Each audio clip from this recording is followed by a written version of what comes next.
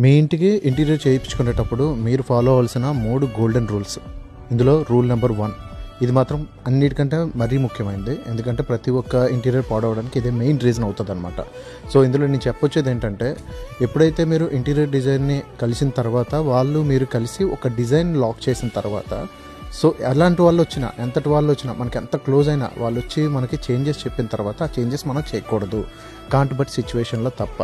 ఎందుకు చెప్తున్నానంటే, నేను వెరీ బిగినింగ్లో నేను ఫేస్ చేశాను, ఇప్పుడు కూడా ఫేస్ చేస్తూ ఉంటాను కొన్ని సైట్స్లో. ఎలాంటి ఆ ప్రాబ్లం ఏంటంటే, సంబంధం లేని ఊరు పేరు లేని ఒక పర్సన్ వస్తాడు.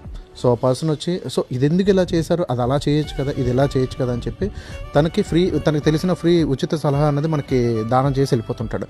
దానివల్ల ఏమవుతుందంటే, మనం ఇంటీరియర్ డిజైనర్ దగ్గరికి వచ్చి నాకు ఇలా చేంజెస్ కావాలనుకుంటున్నానంటే, సో ఒక changes 2 changes okay, infinity number of changes అంటే అది ఏమవుతుందంటే ఎండ్ ఆఫ్ ద డే అది ప్యాచ్ వర్క్లో తయారవుతుంది అనమాట. డిజైనర్ అండ్ కస్టమర్ కూడా కలిసి ఒక డిజైన్ని ఫైనలైజ్ చేసి ఆ డిజైన్ని ఎగ్జిక్యూట్ చేయగలిగితే ఆ రిజల్ట్ అవుట్పుట్ ఎలా ఉంటుందంటే